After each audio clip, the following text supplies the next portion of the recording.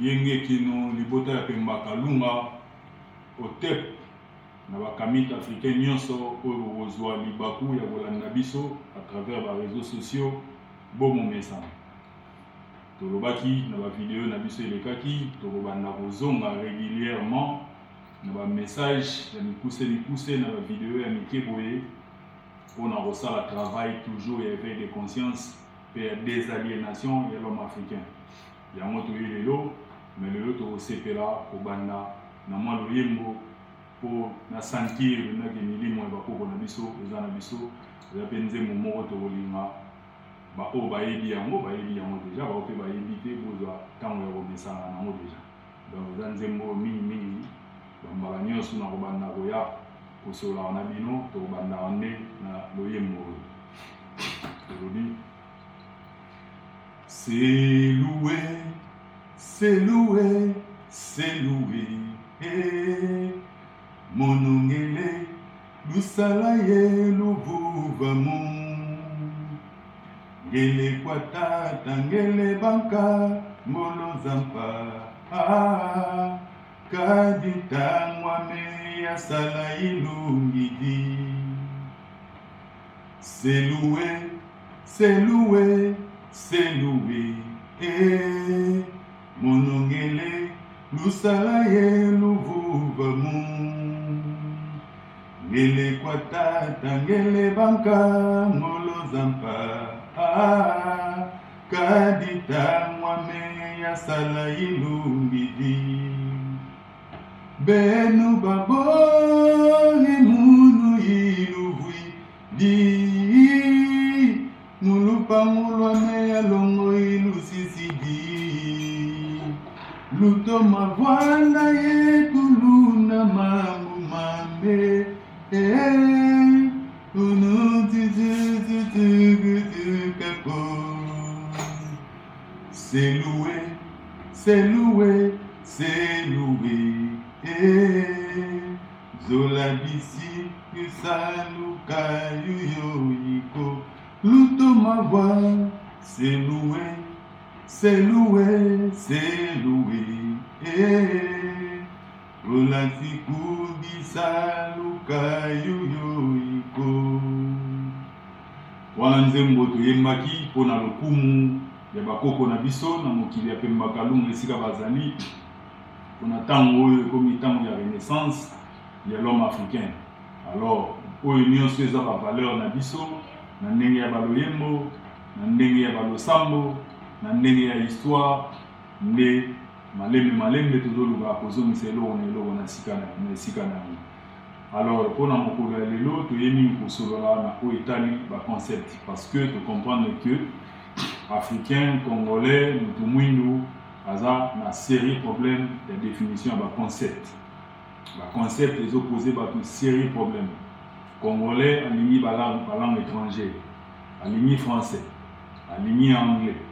Mais bah mot utilisé dans la langue yango a évité que derrière chaque mot se cache un concept par rapport à la langue originelle place minowane outil. Alors sujet na biso mini ozala par rapport à la concept mini o bandego baza ososola malamu mini.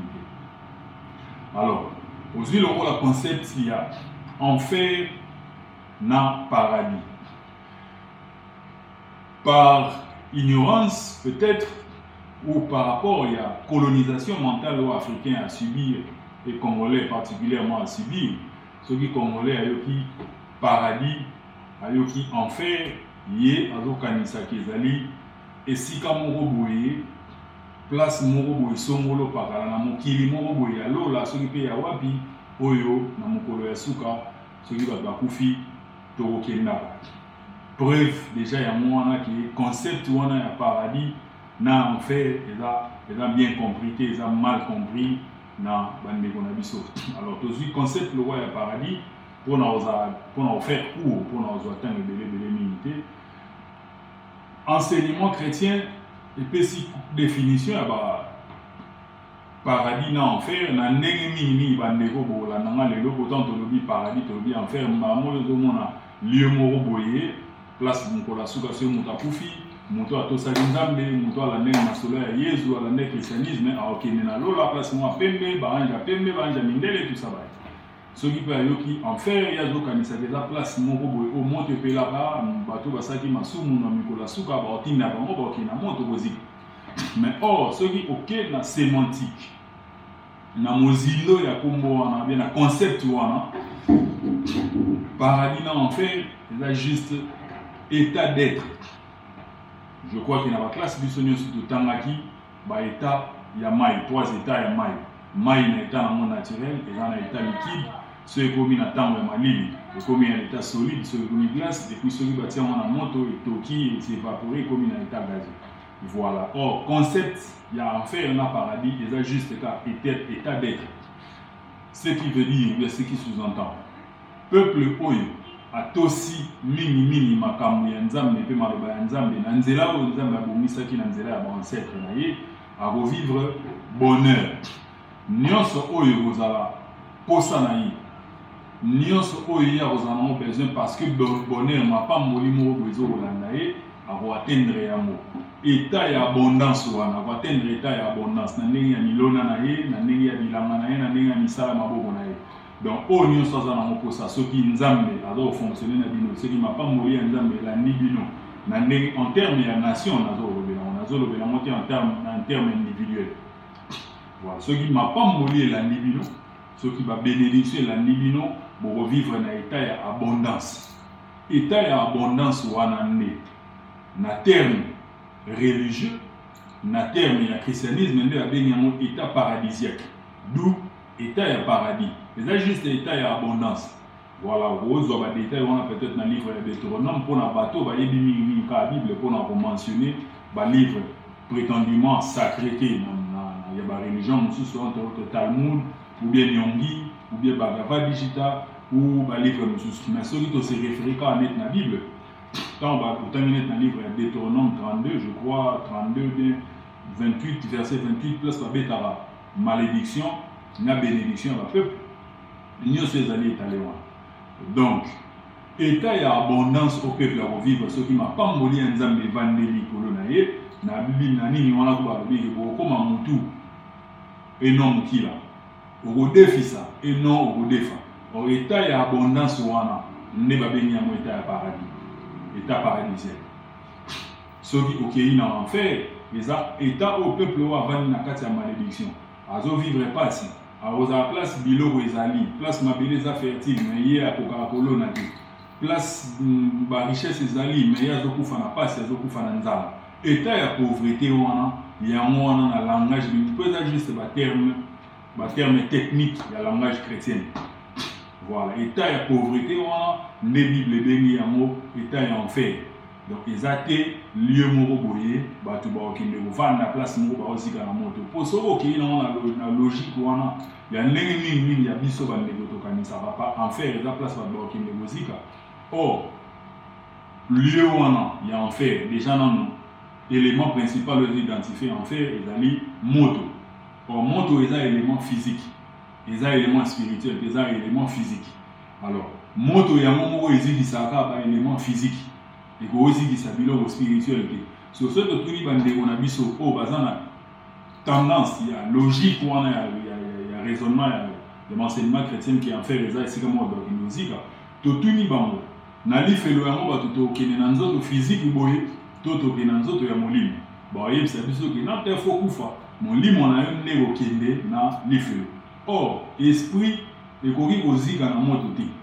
Même ce qui est extrêmement fait qu'il y a un livre, on a un livre qui a un monte zigi, ça va jamais expliquer. Pour expliquer ça, juste mon bébé. Vous comprenez? On a logique, on a déjà concept, on a pour nous attendre une minute, pour ceux qui ont de l'eau.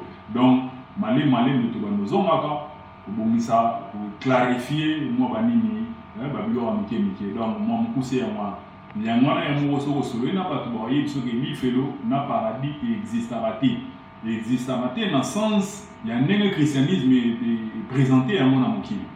Parce que ça, il y a un lieu qui est paradis, il y a la place qui est lion, il y a un élément physique, il y a un élément physique, il y a un donc, vous comprenez. Et puis, il y a un pour en faire la littérature, ce qui va autant la science littéraire, autant plus ou moins la différence, il y a un concept. Voilà. Et puis prochainement, nous allons dans le cadre de l'émission, ça a beau tenir ce qui peut-être moi imperfection les alliés na ba vidéo tout ça va moi ba nini mike zali to continue monde na musika non pas na volonté na biso moko mais parce que bo senga ba ndeko zala ki ba semi ba réclamer nini na lobaki ya dernièrement congolais attend raté biso côté tout tambola tout kuta na livre tout se documenter tout luka tout tanga tout ba saboyebi so pesi mutu livre tanga a ozane na batante pour congolais africain difficilement attendre alors place na bandeko comment écrit na bandeko publier les bato ba réclamer que il faut ba na pour expliquer ma mususu bani ko comment et ils poser problème donc tout ça la vidéo na sentiment na bisoté moi mon tout le quoi bato ba na biso na banzela ba Facebook nde ba réclamaki ya moto komi koya na les mangé koya et puis voilà je crois que l'essentiel est relobele ya mwana que lobeli lelo le résumé les araki l'ifelo na paradis les raté na forme au christianisme présenté en mobatu na forme au yo ndeko milingani chrétien ozo yo kabaton balobi l'ifelo na faire yo kanisa mo ba lieu mo ko ba kinda vanda ba kinda vanda na mokola suba ba kinda zika ba kinda za place bien et ça juste cas état d'être peuple avant ni na abondance na bénédiction nzambe conséquence na mo à revivre un état d'abondance. Par exemple, peu pratique des armes qui numéro, pays local, pays asiatique, pays local, pays européen, local va vani na principe ya bonzambe na bango, va vani na principe ya masolo ya boko na bango na nzela ya nzambe na bango. Au monde qui bamboka Europe, les armes boko vani na bénédiction, va vani na abondance.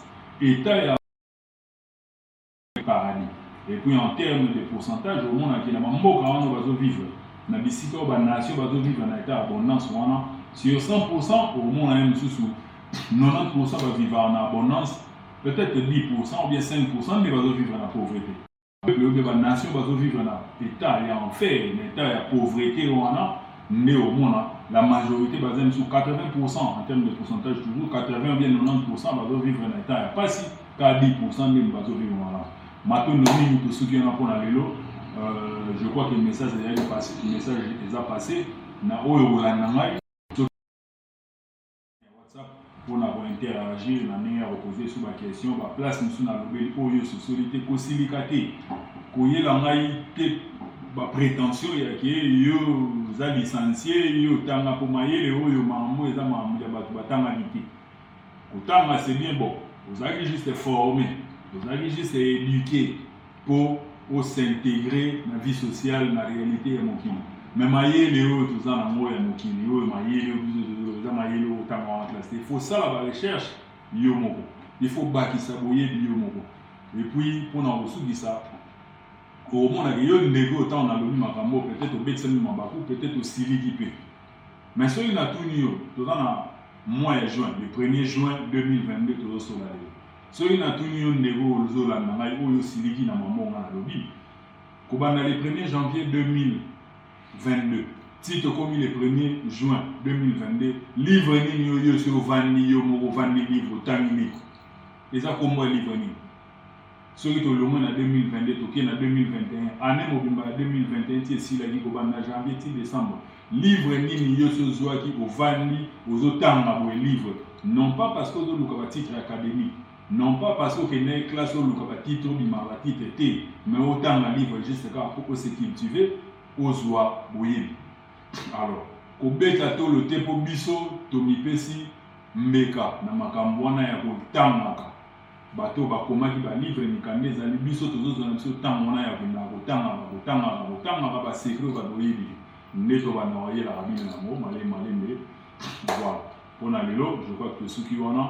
Balongo basa na bino na kombo ya mobikisi na biso ya baindo na kombo ya bakoko na biso nyonso na kombo je crois lobby déjà le DGE to sepela milolo ya makasi pona kemite africain nyonso pona vutuka nyonso pona mwana nyonso ya Congo il faut y parce que tout ça milulu moi minene makasi lobby le 2 juillet milulu ya Kimpavita to célébrer ya lobby oyo mundele na tango mo abenga ke bakoma mindele na biso to benga waye na kombo ya koko Kimpavita na kombo ya bakoko nyonso ya Kongo na kombo ya bakoko na biso nyonso basopa mabe makila pona lobiko ya biso ya bayindo na nzela ya mobikisi dimango botikali malamu tomonani mbalati ma